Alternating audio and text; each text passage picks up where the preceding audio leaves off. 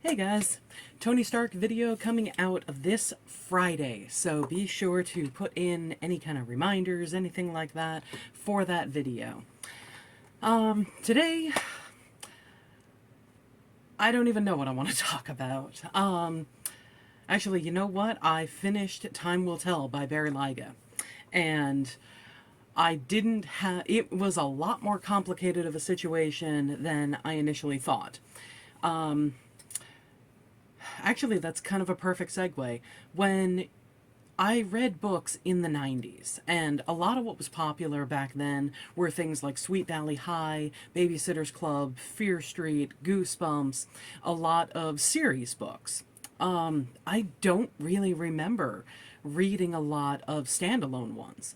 I mean, I'm sure they existed, but what I gravitated towards were series.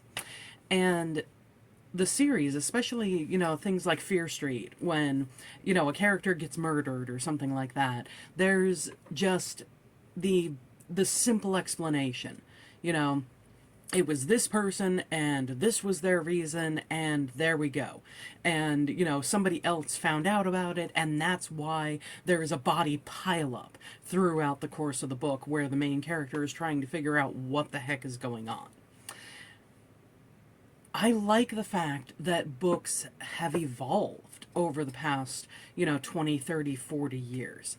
Because whereas books, in the 90s and before were more about, here's the situation, here's how we get from point A to point B, books now take a lot more time to introduce the characters and their inner conflicts and really give a three-dimensionality to these beings on paper. And that is definitely true in Time Will Tell. I read the blurb in a previous video, but it's basically a book about these four teenagers whose parents all went to the high school in the town that they're in, and our main character Elle finds is looking through her dad's yearbook and finds a map that tells them, hey, this is the location of a time capsule that we buried back in 1986.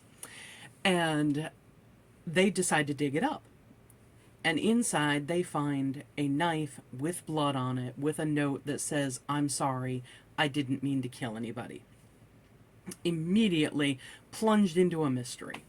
Well, one of the present day group's fathers is the sheriff in that town. So they immediately go to him, they give him the knife, and they say, here, please investigate this. Obviously someone was hurt. This is an admission. And the police chief, sheriff, whatever they call him in the book, he doesn't really take it seriously. He's like, okay, well, I was one of the people who put things together with this time capsule, and this was definitely not one of the items. This was probably just a joke that somebody else threw in there. A lot of people knew that we were doing this time capsule, all that kind of thing. And as we go through the book, we find out it goes from past to present with the different characters. And the interesting thing is, you don't find out who the past characters are as far as the parents until almost the very end of the book. You can make different assumptions because there is one of the guys in the past who says, that he is all gung-ho about becoming a cop after he graduates and all of that stuff. But yeah, that's a red herring. It is not him who is the cop in present day. And it dives deep into a lot of the issues that people had in the 80s, especially if they identified as a different sexuality. Because even in the 90s, I remember in the, mid to late 90s, it was still this huge deal that people were coming out as gay. And now I look back on that and it's like, why? And I mean, I do feel that it's mostly because of religion, that religion has demonized anything except hetero relationships. But I mean, there's this whole thing in the book at the end where the one character, present day teenager, is saying that the way things were done then, that's not an acceptable excuse to not come out to friends or family. And the fact is, yeah, it is an excuse. It is a reason. Because, yes, people who identify as different sexualities are still being attacked today. They're still being killed, and it is not right. But in 1986, it was so much worse, and it's rather easy to look at it from a lens of today's viewpoint of, well, you know, come out, and if your family kicks you out, or whatever else happens, if you're demonized, if you're attacked, you can escape because there are different refuges that people can find. And that wasn't the case in 1986. I mean, that was probably barely the case in the 90s. So I get, and it sucks that people had to, and I know that that is an understatement, but it sucks that people had to hide these parts of themselves, back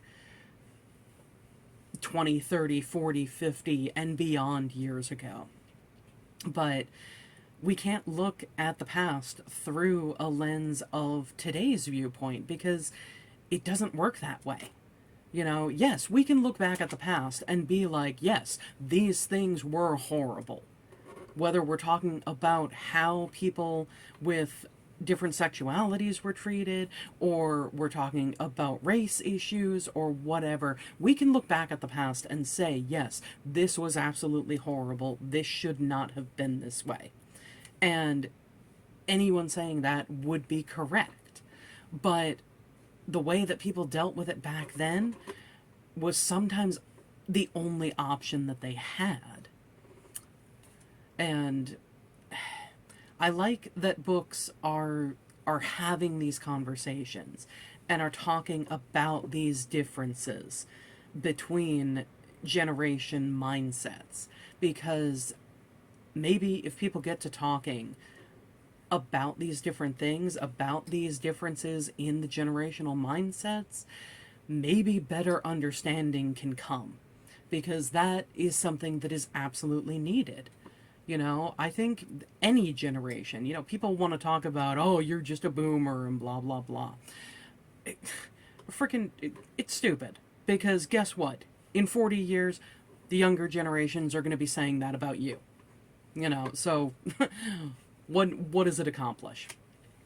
The better thing would be to acknowledge that, yes, there are people in generations that are stuck in their mindsets, whether they are our parents or grandparents or aunts, uncles, cousins, or younger generations of, sons, daughters, nieces, nephews, whoever. But just because somebody is stuck in a mindset doesn't mean that a conversation can't be had about, hey, yeah, you're stuck in your mindset, but this is where I'm coming from. Because any kind of conversation that is approached calmly and, you know, even if you don't agree with it, at least attempts to come from a place of respect towards somebody else's mindset, can have beneficial outcomes. Now, there is a caveat to that, because frankly, if somebody is a racist, if somebody is homophobic, if somebody is whatever ist or phobic, whatever, then yeah, why am I approaching you with any kind of semblance of, respect of your mindset? Like, freaking no. You're going to be a racist or whatever phobic, go the hell away. Simple as that. I I don't know what the main point of what I'm trying to say is, except that books like that show how important conversation is and show how important understanding the past is. And if we understand the past, we can do better in the present and the future. I didn't expect to go back to, what we've all heard from history classes. If you don't learn from the past, you're doomed to repeat it. And yeah, that basically is it. So let's not repeat the past. Let's create a better future, not only for ourselves, but for the people who are going to come after. That's one of the best things that we can do for the world. Thanks for watching, and I will see you Wednesday.